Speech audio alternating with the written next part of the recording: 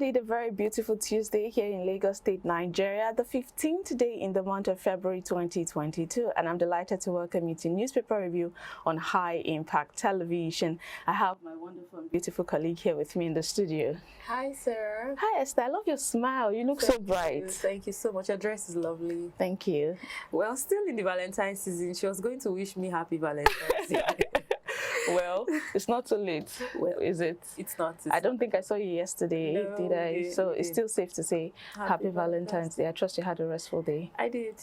Right. But beyond all of the rest and everything, you know, it's interesting to know that ASUU gave students across the country a very beautiful Valentine's Day gift, I must say. I mean, the caption. The caption, you know, Valentine's Day gift. Academic Staff Union of Universities, you know, embarked on a 4 weeks, that's about 1 month, 1 inch strike in regards to the fact that the federal government, according to them, the federal government had not met their demands, and this was as they had different conferences. And yesterday, Emmanuel Shodeke at the University of Lagos, Akoka, after the meeting, you know, finally stated that ASUU will be beginning a 4-week strike. Funny enough, I saw different reactions of students on social media. I saw videos of students jubilating. I saw videos of students excited, and there were some that had mixed feelings. A part of it was considering the fact that it came on the 14th of February. You know, and can you imagine that feeling? And it has sparked a lot of reactions, considering the fact that ASUU Strike is one conversation that has been on for as long as we can remember. I mean, and I recall one time where the federal government, after seeing the demands of ASUU, stated that they were not, it was not feasible to meet all the demands ASUU was, you know, making at the time, but they were going to, you know, meet up with the ones that they could meet up.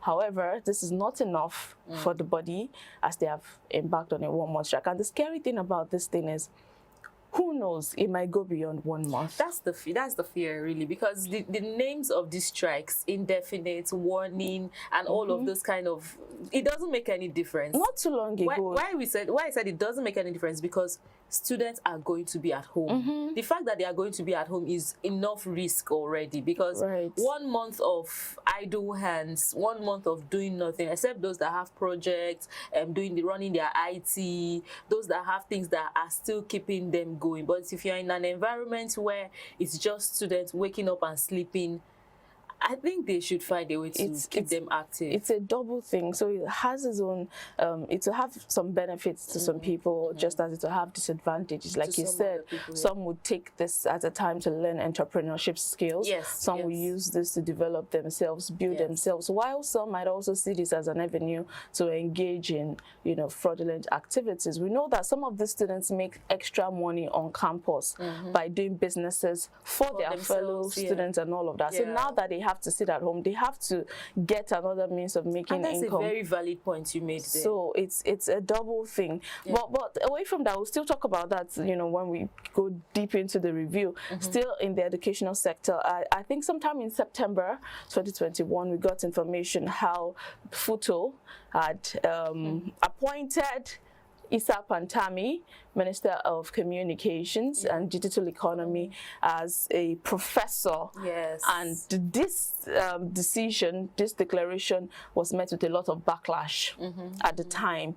And on the papers this morning, we have a report how ASUU has declared Pantami's professorship illegal, says it is not possible for him to be a minister and be a professor at the same time, and they are looking at taking it up. I mean, you can't be a minister and a lecturer in a university at the same time. But then the fact that it was even able to happen in the first place, it feels a bit like monarchy. You know how you can install someone into a position. But since ASUU and FUTO, FUTO is having that conversation, you never can tell what the end of this kind of, I don't want to say accusations now, would look like. That's why I would even like to even keep mum on it and wait till you see the outcome. It might shock you. And I was smiling initially because this is a conversation that has been ongoing, and truth be told, so many Nigerians are becoming tired of the conversation. That's the fact. Now, if at this point, we cannot reach a consensus with dialogue.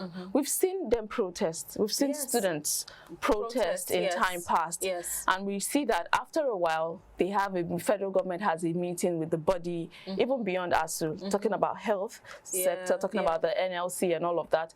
And they have an agreement that at a stipulated time would meet the demands you're placing. And you realize that probably after a few months or a few years, this conversation comes up again. And you ask yourself, what exactly is the problem? How long? It just feels like we keep going around in circles. So if dialogue is not working, if protest is not working, what is the way forward? That is a major question that we should be able to, get a response to, because most of the options have been used. Exactly, and that's the truth. Most of the options have been used. Why is ASUU even embarking on a strike? So many people do not know.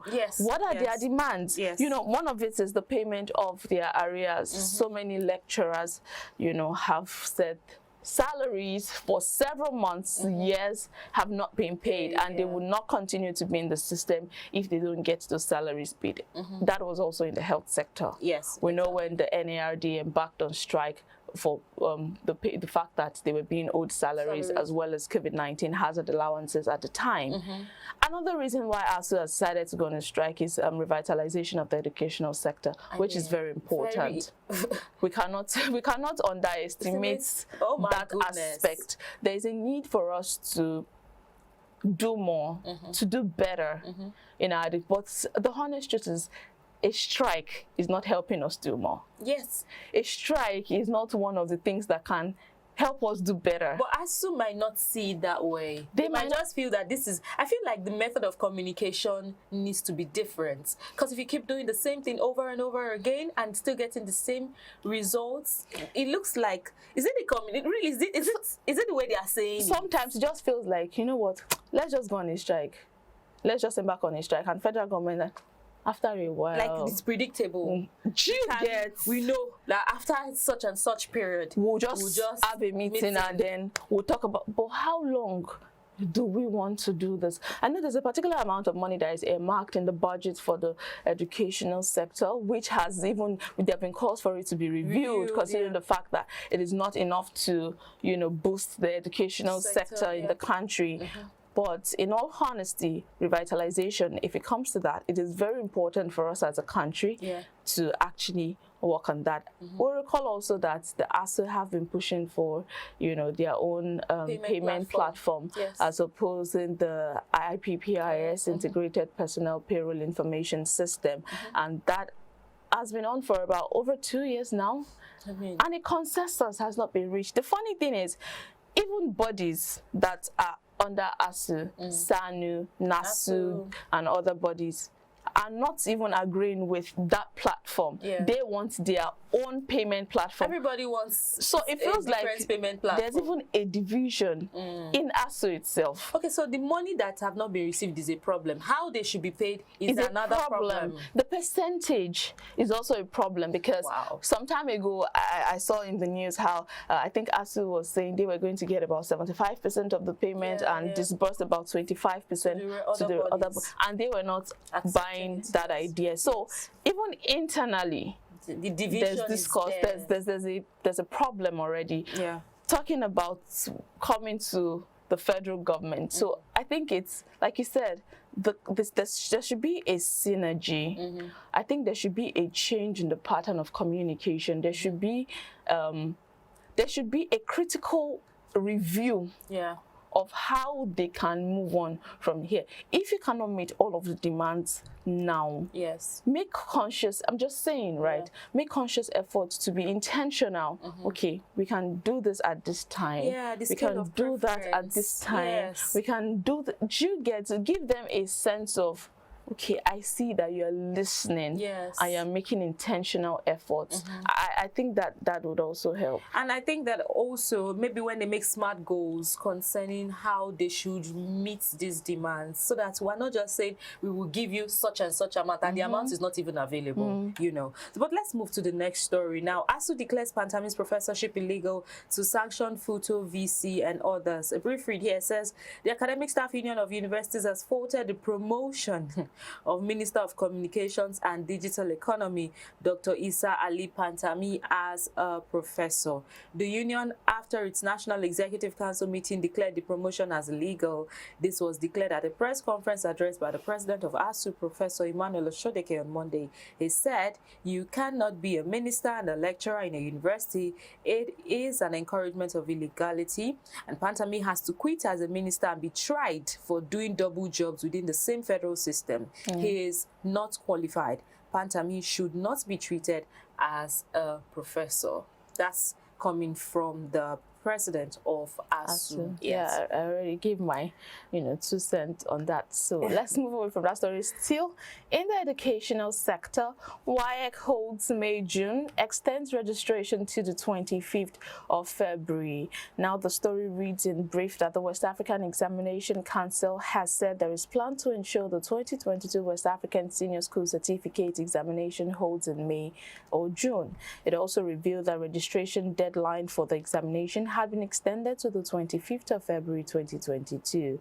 Head of the National Office, WAEC, Mr. Patrick Arega, said this on Monday while announcing the result of the 2021 second series of WASI for private candidates. Now, one of the things he said, or one of the things he put in this statement that made it very cheering, is the fact that candidates who did not have the NIN, National Identification Number, would not be deterred from registering, which is actually a very good one there, because I think it was being put into consideration at the time that no NIN, no registration. But now he said no candidate would not be deprived of registering, even if you do not have an NIN. And it has been extended, the registration for the WAEC has been extended to 25th of February, which is about 10 days from now. So that sounds like some good news there. Now let's get into fuel scarcity, the palaver.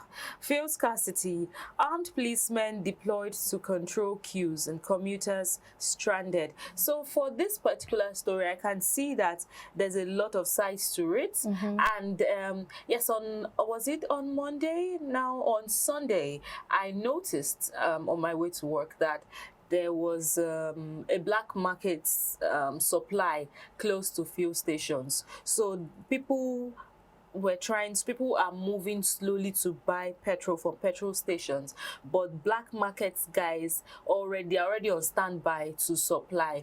And a lot of Nigerians are now expressing their views as to how much it is they have to buy the same commodity. This time last month, everyone was buying it at the same price, but as we speak, we've heard of different prices, and just one filling station so far right now in Lagos has been given the credits of selling at the stipulated amounts that they were still selling last month. People are buying as high as 400 naira, 300 naira. In fact, those who get it for 200 naira feel very lucky, So the way it is right now, just using Lagos alone as a point of notice, as an observation as to how the sale and distribution is going on right now in cities, it shows that the black market is now a thing that is existing.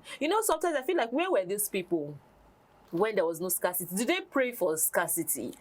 They say that in every situation, some people, in every situation, no matter how bad it looks, some people actually benefits from it. They are quick to show up. Well, with their white kegs. Because they know that Nigerians would actually go for it. If you see, I was on the road for a long time yesterday, and I saw how a lot of people, you see a lot of people that were on their way to the office, they had to park their cars, come out of their vehicles with kegs to go get fuel, and you have to get to the office. Yes. Yes, You that's have another thing. So, and beyond the fact that one thing about this fuel scarcity is it affects every other thing. That's it. The price of transportation affects the has price doubled. of I was surprised. I'm like, why? Food, they'll tell you that we had to transport ourselves to get what we used to make this thing. Yes, you want to make your hair, they will tell you, you know what, there's no power supply, we're running on generator, and the price of petrol has increased. Most so businesses they have to increase how much they charge. So it is affecting every sector, no matter how little it looks. And the conversation around dirty fuel, that's on another level. It's another Although thing. The marketers are now asking for more supply of petrol in the system. Now let me read what I have here, because I might mention some states, and if your state is not mentioned, you can let us know how much you're buying per liter on our platform at News Around the Globe on Instagram. And police officers were deployed on Monday to control the massive queues for premium motor spirit, popularly called petrol, which persisted in Abuja and neighboring Nasarawa and Niger states. It was observed that the price of petrol increased from the 400 naira per litre, which is sold for on Sunday, to about 500 naira per litre on Monday by black marketers who sold PMS in various locations in Abuja and neighboring states. 500 naira per litre. And there are speculations that if the scarcity continues, the price will continue to soar, to increase. Yes. Right, in the same vein, still on the Punch newspaper, PDP governors accuse federal government of insincerity and duplicity in dirty fuel saga. Now, the People's Democratic Party Governors Forum has expressed dismay over the contaminated fuel supplied Nigerians and called for investigation in order to bring the perpetrators to book. This was contained in a communique issued by the forum at the end of his meeting in Yenogwa, Bayelsa State on Monday. Present at the meeting were several governors from Abia State, Adamawa, Akwa Ibom, Bauchi, Benue, to mention a few. Ikweazu, the forum's vice chairman, who read the communique to journalists, said the All Progressives Congress-led federal government's handling of the fuel subsidy regime smacked of duplicity and insincerity with its attendant bad administration. You know, this just looks like a lot of people have just said this is they're still going to link it to the upcoming elections, considering the fact that this is coming from the opposition party in regards to, and they've accused the APC-led government of insincerity and duplicity, and have said they must ensure they bring those that are bringing adulterated premium metal spirit and dirty fuel to book. Well, that's as much as we can take from the newspaper review this morning. Do not forget, some of the details of the headlines we've read will come back to you on the 3 p.m. bulletin and 9 p.m. bulletin and News Around the Globe. You want to stay tuned for that. But till I see you again, I'm Esther Kalu. Do stay safe. And I am Sarah Owusu-Anta.